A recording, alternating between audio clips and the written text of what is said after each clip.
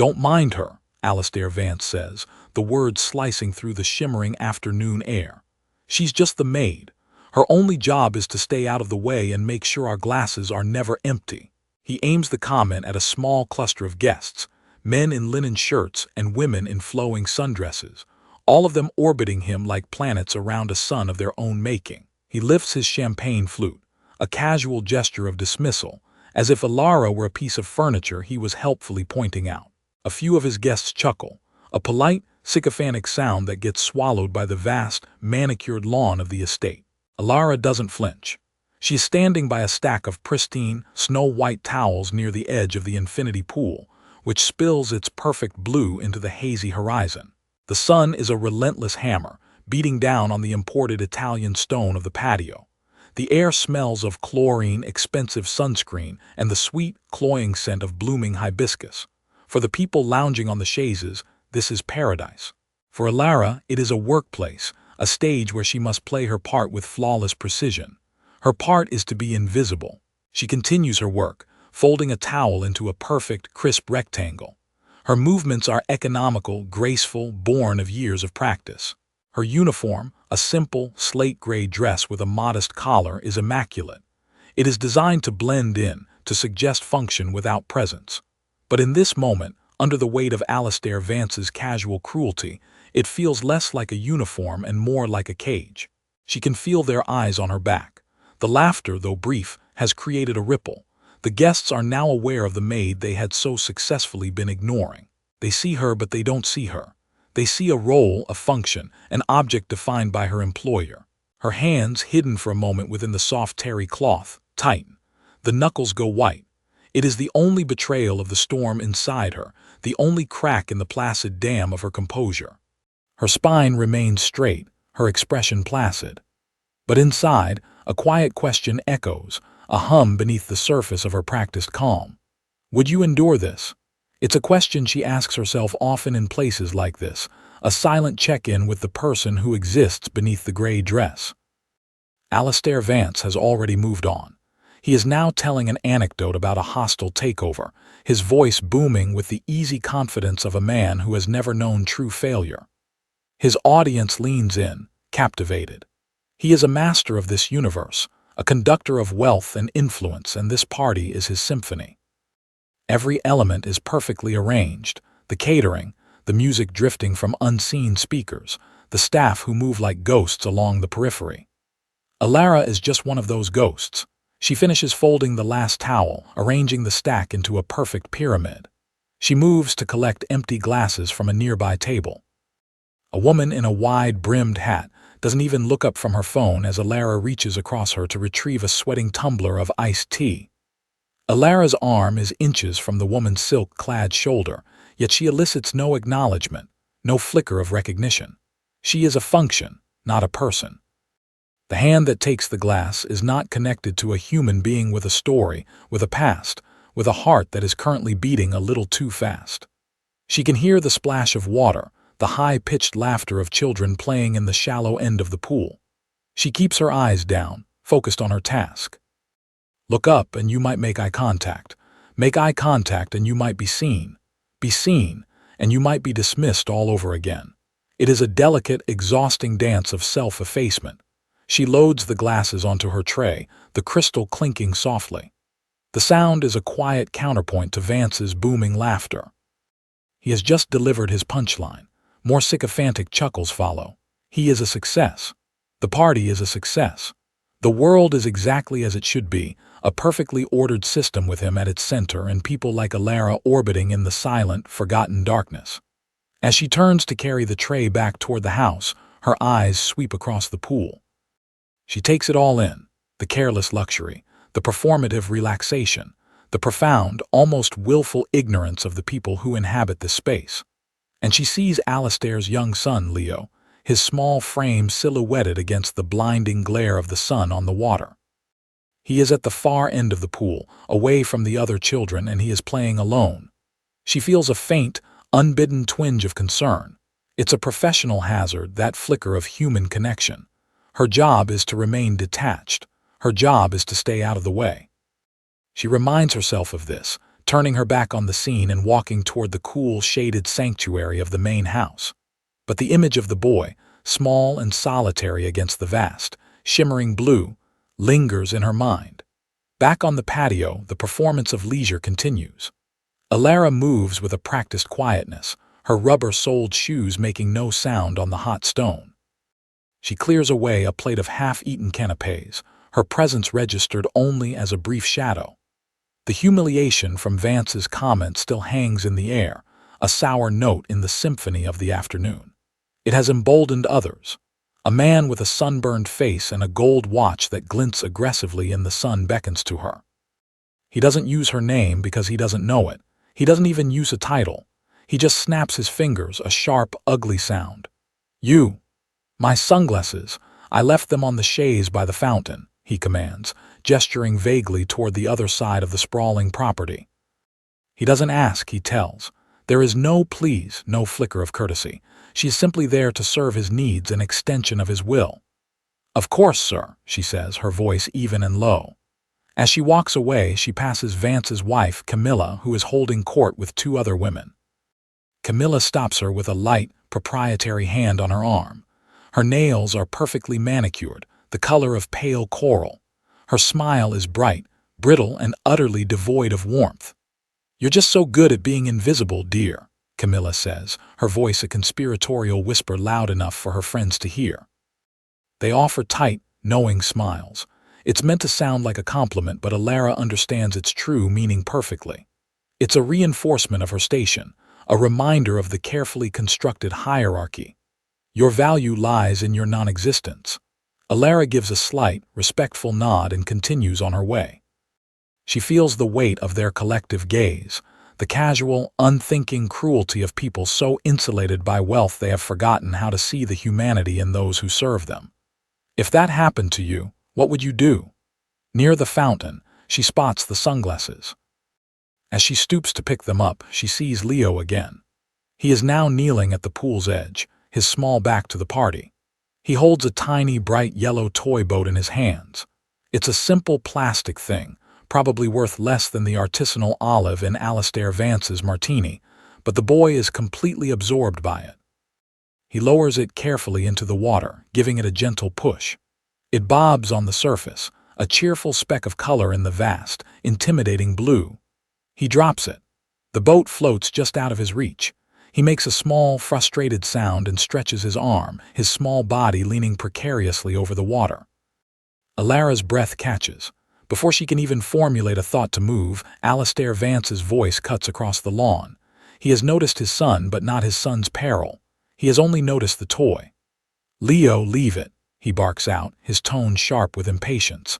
"We can buy you 100 more of those." Leo flinches at the sound of his father's voice. He pulls back from the edge, his shoulders slumping. The little yellow boat drifts further away, abandoned.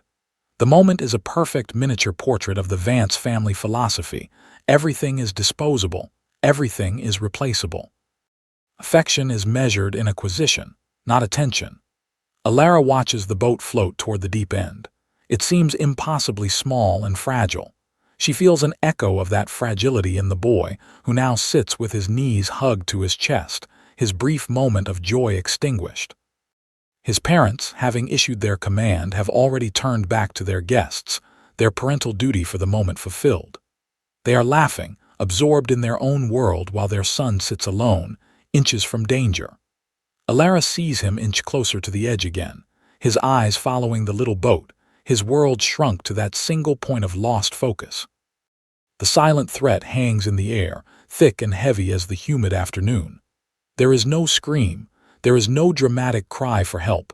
The most terrifying things often happen in silence.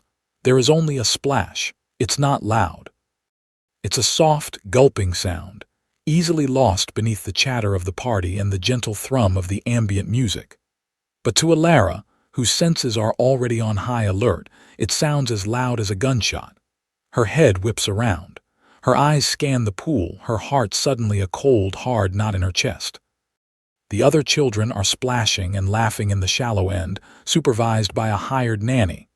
But the deep end is still, unnervingly so. The little yellow boat is there, bobbing placidly on the surface, its cheerful color a sickening contrast to the scene. It is floating alone. Leo is gone. For 1, 2, 3 seconds, the world continues as it was. Alastair Vance is gesturing expansively, telling another story. Camilla is laughing, her head tilted back. The man with the gold watch is scrolling through his phone. No one else saw, no one else heard. They are cocooned in their bubble of privilege, deaf and blind to the reality just a few feet away. Alara sees it, though, a disturbance under the water, a pale shape distorted by the rippling refractions of the sun. A ghost. Her training, long dormant, kicks in. There is no time for panic. There is no time to shout. Shouting would take seconds, precious seconds the boy doesn't have. Her body moves before her mind has a chance to weigh the consequences. She drops the sunglasses she was sent to fetch. They clatter onto the stone, forgotten. She doesn't run. She moves with a driving, focused purpose, kicking off her simple black shoes as she goes. Her path is a straight, clean line to the edge of the pool. The guests see her movement, a blur of gray against the vibrant colors of the party. A few heads turn, their expressions quizzical. What is the maid doing? And then she dives. She enters the water with a clean, powerful slice, her uniform clinging to her instantly. The shock of the cool water is a distant sensation. Her only focus is the shape below. The party grinds to a halt. A collective gasp rises from the guests. Conversations die mid-sentence. Glasses are frozen halfway to lips. Alastair Vance's story chokes in his throat. The sight of the maid, fully clothed, plunging into the deep end of the infinity pool has shattered the afternoon's carefully curated illusion. She is no longer invisible. She is a disruptive, shocking force, and in that moment, she is the only thing in the world that matters. She is no longer just the maid. She is the first responder. The world beneath the surface is a muffled, dreamlike chaos of blue and blinding light. Alara's eyes are open, stinging from the chlorine, but they are locked on her target. She pushes through the water, her arms pulling with a strength and efficiency that would shock anyone who saw her as just a woman who folded towels. This is not the panicked flailing of a person attempting a rescue. This is the methodical, practiced movement of someone who knows exactly what to do. She reaches the boy in seconds. Leo is limp, a dead weight, his small body already surrendering to the water. She hooks one arm under his chest, securing him, and kicks hard for the surface, her lungs burning. They break into the air with a gasp. The sounds of the party rush back in, but they are different now. The music has been cut. The chatter has been replaced by a tense, horrified silence. Every eye is on her. She swims to the edge, her strokes strong and even, towing the small boy behind her. Several hands reach down to help, but she ignores them. She needs control.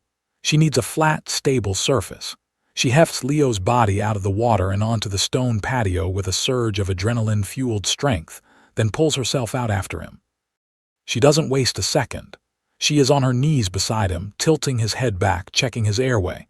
Her fingers find the pulse point on his neck. It's faint, thready. He's not breathing. "Call 911, she says, her voice sharp and clear, directed at no one and everyone. It is the voice of command, a voice no one at this party has ever heard her use. Then she begins. She places the heel of one hand on the center of his chest, her other hand on top. Her arms are straight, her shoulders directly over her hands, and she pushes. 1, 2, 3, 4. Her compressions are perfect, the right depth, the right rhythm. She counts under her breath, a steady, calm metronome in the midst of rising panic. Alastair and Camilla are there now, stumbling toward their son, their faces masks of disbelief and terror. "Leo!" Camilla screams, her voice raw. Alara doesn't look at them. "Stay back," she commands, her voice leaving no room for argument. "Give him space." Among the guests is a man named Dr. Eris Thorne, a cardiologist. He pushes through the crowd, ready to take over, but he skids to a halt a few feet away. He watches Alara's technique, the precision of her hand placement, the unwavering rhythm of her compressions, the quick, efficient way she delivers 2 rescue breaths. He sees a professional at work. "My God," Thorne murmurs to his wife, his medical mind assessing the scene. She knows exactly what she's doing. Perfect form. Alastair Vance stands frozen, water from Alara's soaked uniform pooling around his expensive Italian loafers. His power, his money, his influence, all of it is utterly useless. The life of his only son is in the hands of the woman he publicly mocked, the woman he deemed invisible. He is no longer the host, the master of his universe. He is just a spectator at the most terrifying event of his life. The world has shrunk to the small space around the boy's body. The horrified faces of the guests, the imposing architecture of the mansion, the vast blue sky, it all fades into a distant, irrelevant blur for Alara. Her focus is absolute. Her hands continue their steady, rhythmic work, a life-giving piston. But it's not just a mechanical process. As she works, she speaks to him. Her voice is not the sharp tone of command she used a moment ago. It is low, soft, and infused with a desperate, gentle plea. It's a voice meant only for him, a thread of sound to pull him back from the silent, watery darkness. "Come on now, Leo," she murmurs, her lips close to his ear, the words timed between breaths. "Breathe for me. Just one breath, you can do it. Come back." It is a mantra, a prayer. She speaks to him not as an employee or a stranger, but with a deep, primal urgency that feels almost maternal. She is not just resuscitating a body, she is calling back a soul. The guests watch, mesmerized. They are witnessing something raw and intensely private. They saw Alistair Vance's casual cruelty, and now they are seeing this woman's profound, life-giving care. The contrast is a silent, damning indictment. Then it happens. A cough.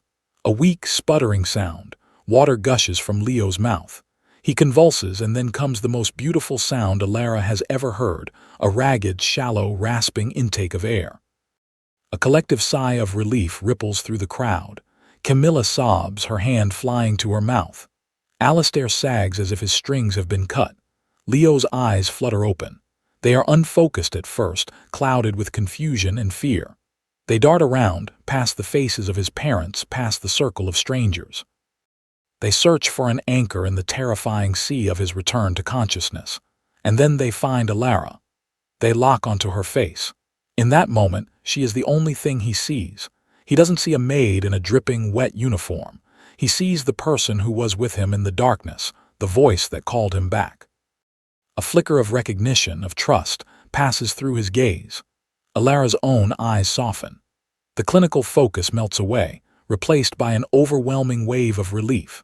She gently turns him onto his side into the recovery position, her hand stroking his wet hair, smoothing it back from his forehead. The gesture is instinctive, deeply humanizing. It is a touch that says, "You are safe. I am here."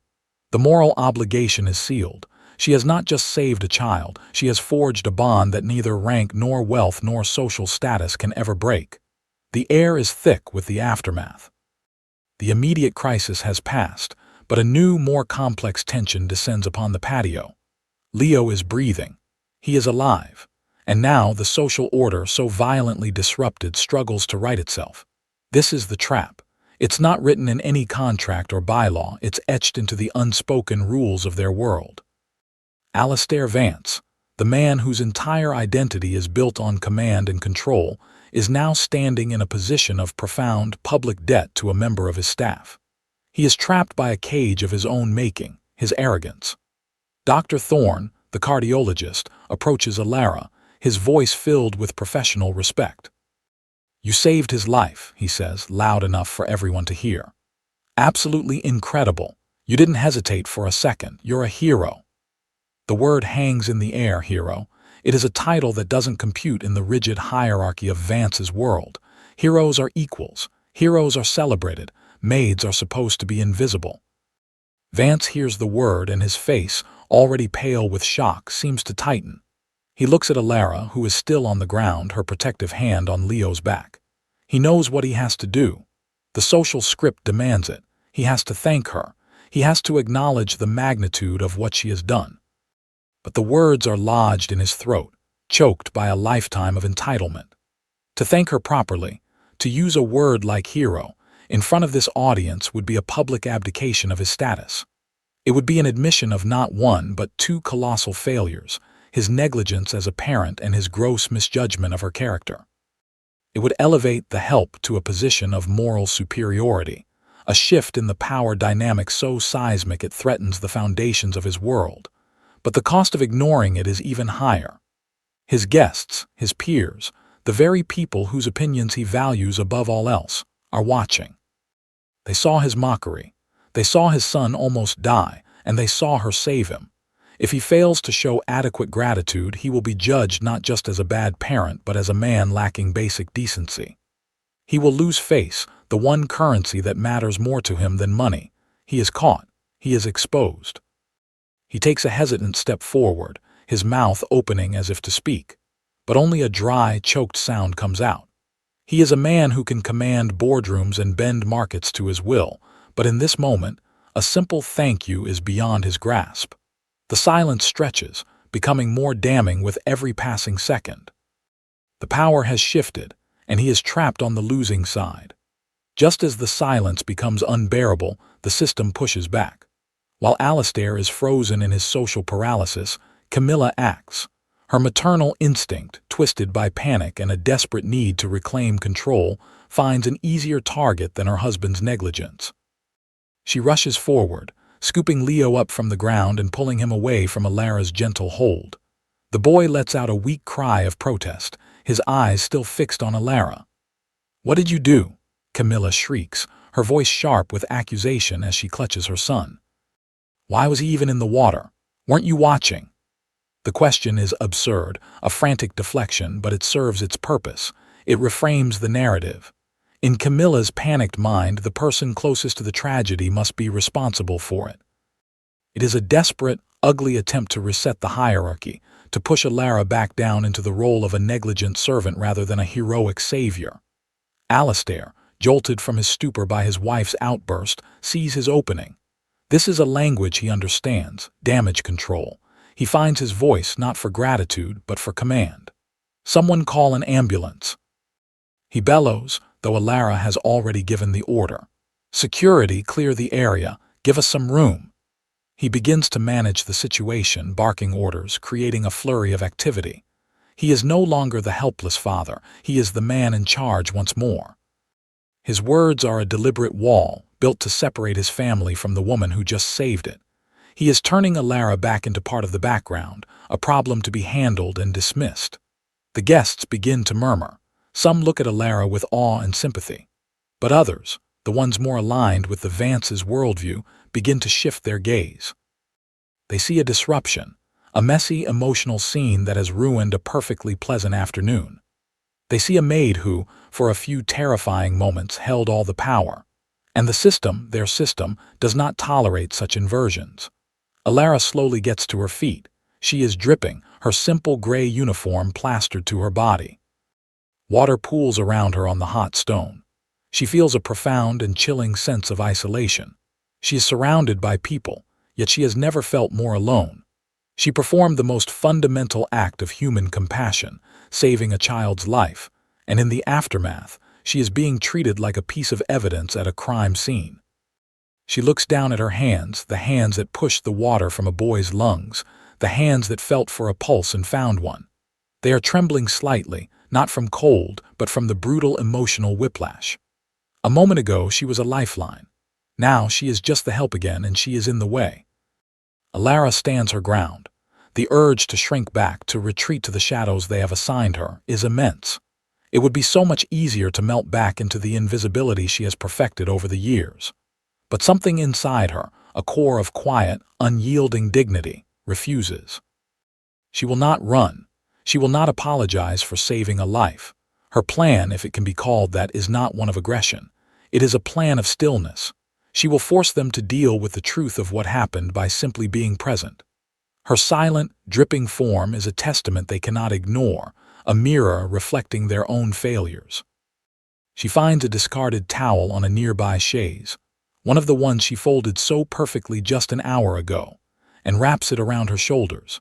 It is not a gesture of comfort against the chill, but an act of gathering her composure, of fortifying herself for what comes next.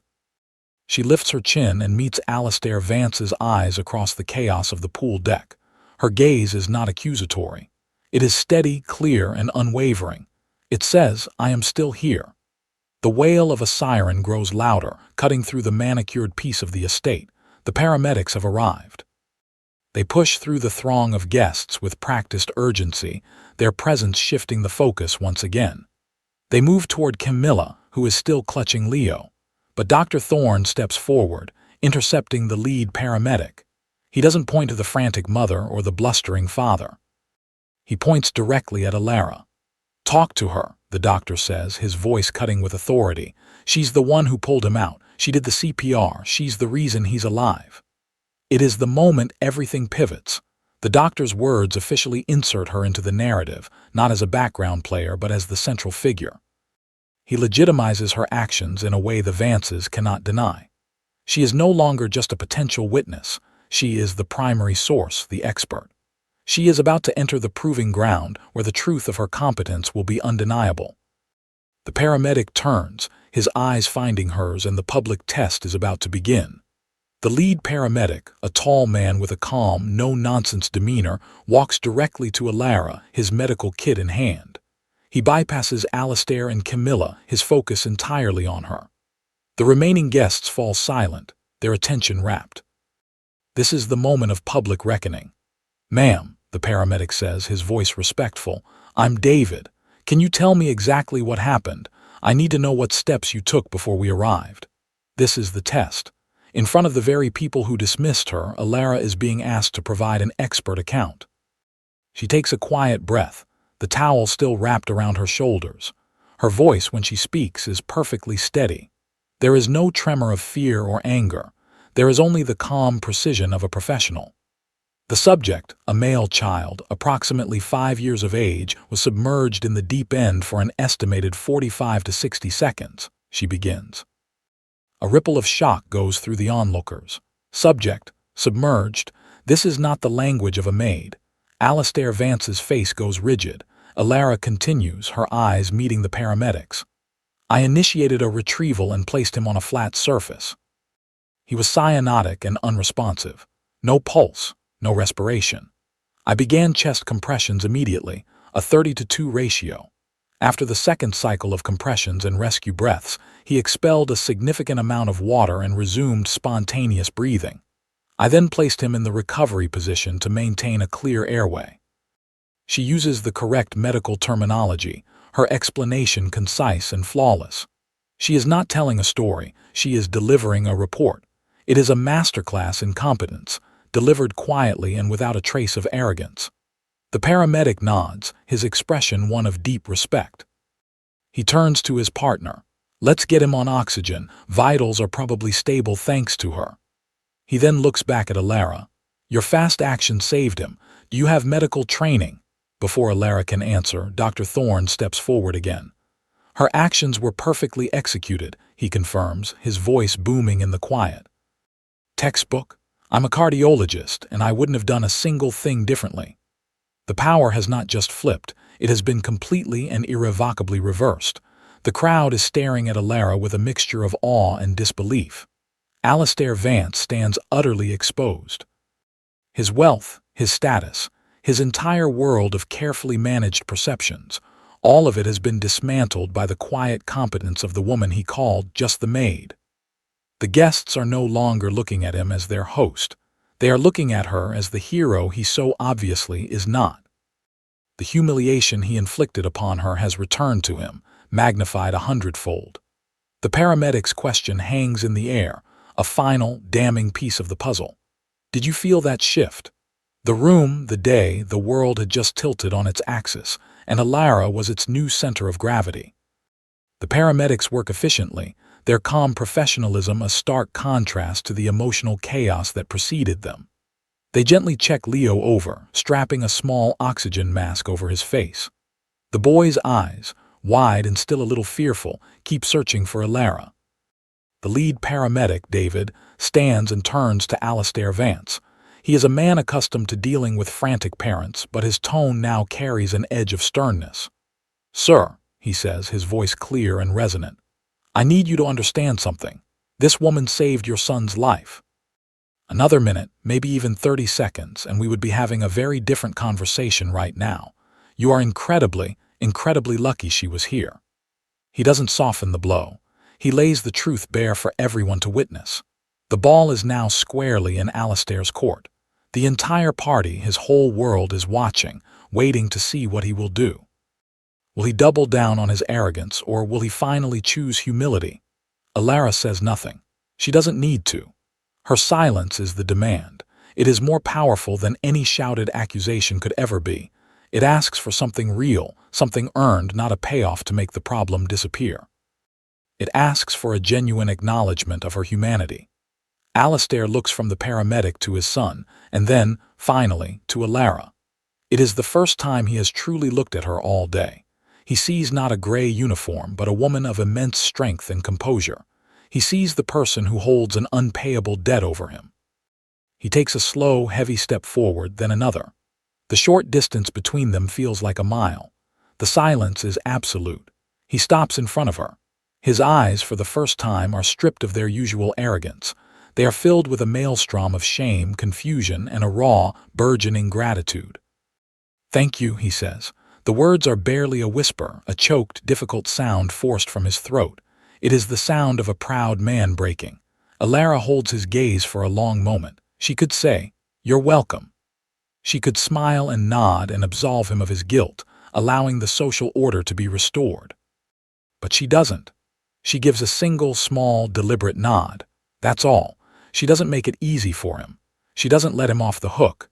She lets the weight of his two small words and the universe of meaning behind them hang in the air between them. She forces him, and everyone watching, to feel the full, crushing gravity of the moment.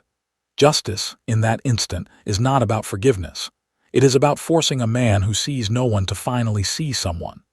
The following morning, the atmosphere at the Vance estate is heavy with the previous day's residue. The party is over, but the echoes of the near tragedy and the stunning reversal remain. Alistair Vance is a changed man, not by choice, but by force.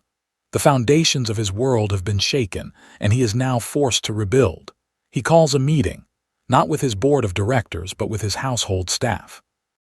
They gather in the formal dining room, a dozen people in uniform, cooks, housekeepers, gardeners, all of them looking nervous, unsure of what to expect.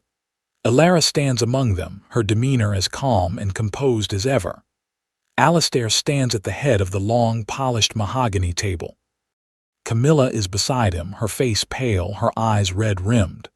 "Yesterday," Alistair begins, his voice strained, "we experienced a failure of attention, a failure of preparedness, and a failure of respect." He looks directly at Alara when he says the last words. "That will not happen again." He then announces a new, mandatory policy. Effective immediately, the entire household staff will be enrolled in advanced first aid, CPR, and water safety certification courses, all paid for by the Vance family. He pauses, then adds the most crucial detail. "These courses will be mandatory for my wife and myself as well. We were unprepared. We will learn alongside you." It is a stunning admission, a leveling of the hierarchy that leaves the staff speechless. But he isn't finished. "We have also created a new role within this household," he continues, "Head of Household Safety and Training. This person will have the authority to design and implement safety protocols across all our properties, to conduct drills, and to ensure that every single person who lives or works here is prepared for an emergency." He looks at Alara again. Alara has accepted this position. "It comes with a commensurate salary and the full backing of my family." A quiet gasp goes through the staff. They turn to look at Alara, not with the pity or distant respect of before, but with a new, profound sense of awe. She is no longer one of them in the same way. She has broken the mold. The system of invisibility has been shattered, not just for her, but for all of them. Her quiet act of heroism and her dignified refusal to be dismissed in the aftermath have created a permanent, systemic change. The rules of their world have just been rewritten. A few days pass. The initial shock has subsided, replaced by the quiet hum of a new routine. The first training sessions are being scheduled. A new uniform, a professional but simple pantsuit, has been ordered for Alara. But the true healing, the personal closure, happens away from the policy changes and the staff meetings. Alara is sitting by the pool, the scene of the trauma. It is late afternoon and the water is still, a placid mirror reflecting the now gentle sky. She needed to come back here, to sit in this space and reclaim it from the memory of that terrible day. She hears the soft patter of small feet on the stone and looks up. Leo is walking toward her. He moves with a child's tentative seriousness, his face set with purpose. He doesn't say anything. He just comes and sits beside her on the edge of the lounge chair, his small body leaning against her side as if it's the most natural thing in the world. They sit in silence for a few minutes, watching the water. The only sound is the whisper of the wind through the palm trees. It is a moment of deep, sensory calm. Then Leo holds out his hand. In his palm is the small, bright yellow toy boat. It must have been retrieved from the pool filter. It looks a little battered, a little worn from its ordeal, but it's intact. He places the boat gently into Alara's hand. "It's for you," he says, his voice small but clear. He looks up at her, his eyes wide and sincere. "So you can save it if it falls in." The simple, profound innocence of the gesture pierces through the last of Alara's defenses. This is it. This is the only acknowledgement, the only thanks she ever truly needed. It's not from the man who owes her his son's life, but from the boy himself. It is a recognition of her as his protector, his anchor. She closes her hand around the small plastic boat, its familiar shape a solid presence in her palm. A single, quiet tear traces a path down her cheek. It is not a tear of sadness or of anger, but of release. In the quiet understanding of a child, she has reclaimed her own definition of worth. She is not what they called her. She is what she does. She is a person who saves things. As Alara sits with Leo, the toy boat still clutched in her hand, Alastair Vance approaches. He moves quietly, hesitantly, as if not wanting to intrude on the peaceful scene. This is not the blustering, arrogant man from the party. This is someone stripped bare, someone humbled. He doesn't make a grand speech. He doesn't offer money or empty platitudes. He stands before her and offers a simple, direct confession. "I looked you up," he says, his voice low. "After the paramedics left, I had my assistant do a background check." He winces slightly, as if admitting a shameful habit. "You were a pediatric nurse for 10 years in your home country. You ran an emergency ward." He pauses, letting the weight of his ignorance sink in. "I never asked," he says, his gaze dropping to the floor. "I never thought to ask who you were before you came here. I just saw the uniform. That failure is entirely on me." It is the apology she never asked for, but the one he needed to give. It is an acknowledgement not just of her heroic act, but of her entire history, her identity, the personhood he had so casually erased. He looks up again, his expression now one of earnest request. "The new training program," he says. "It was your actions that inspired it, obviously. A PR move, if I'm being honest. The admission is startlingly frank. But it needs to be real. It needs to work. I would be grateful for your expertise in designing it, not as a favor, as a paid consultant, as a professional." He is not trying to save her or reward her in a way that reinforces his power. He is asking for her help. He is acknowledging her superior knowledge and skill. In doing so, he is completing the power shift that began when she dived into the water. He is willingly ceding authority to her, recognizing that true value is not about wealth or status, but about competence and character. "I would be willing to lead the first training session myself," he adds, a final humble offering. "If you'll teach me." A door has opened, not just to a new job, but to a new kind of relationship, one built on a foundation of hard-won, undeniable respect. Months later, the formal dining room has been converted into a temporary classroom. Whiteboards have been brought in, and CPR dummies are laid out on the floor.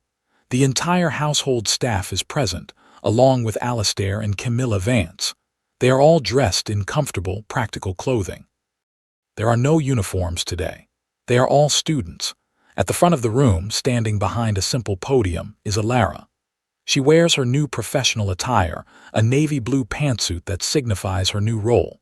She exudes a quiet, calm authority that commands the room's absolute attention. On the podium in front of her, there are no binders, no notes, no pens. There is only one object sitting in the center, the small, bright yellow toy boat. She begins the session by picking it up, holding it in her palm for everyone to see. The room is silent. For everyone here, that little boat is a powerful symbol of the day everything changed. It represents a child's joy, a moment of terror, and a miracle of salvation. Things can look small, Alara says, her voice resonating with a gentle strength. They can look helpless, disposable, easy to ignore. She looks around the room, making eye contact with each person, including Alistair. But nothing is too small to be saved. And no one, she says, her voice gaining a quiet intensity, is too small to be the one who saves it. The toy boat, once a symbol of parental negligence and the casual disposability of the wealthy, has been transformed. In her hand, it is no longer just a toy. It is a teaching tool. It is a symbol of vigilance, of the hidden competence that resides in unexpected places. It is a totem of hope, a reminder that the worst day can be overcome by the best in people. Did the object's meaning change for you too? She looks directly at Alistair Vance. He meets her gaze and gives a slow, deliberate nod of understanding. The lesson has been learned. She places the boat back on the podium, a silent guardian watching over the proceedings, and begins the training that will ensure a day like that will never happen again. She is ready for her future, a future she built with her own 2 hands. A year passes. The scene is the same pool, but the world around it is entirely different. The raucous, performative energy of the party is gone, replaced by a quiet, contented peace. Alistair Vance is in the pool. He isn't on his phone or shouting at staff.